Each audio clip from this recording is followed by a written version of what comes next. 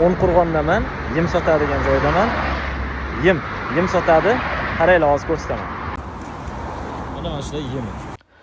Mana shu O'nqo'rg'on yem sotadigan joy ham bizning platformadan qaranglar, ro'yxatdan o'tgan. Mana qaranglar. Kartada ham ko'rinib turadi. Mana bunday bosib turib, keyin qo'ng'iroq qilsangiz ham bo'ladi. Atrofingizdagi o'sha yem sotadigan joylar yoki vet aptekalarni topibdi. Kartadan ham, bu yoqdan ham.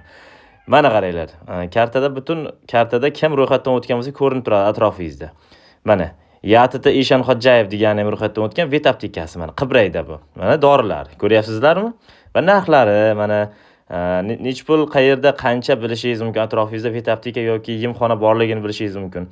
Telefon qilib zakaz qilishingiz mumkin bo'ladi masalan.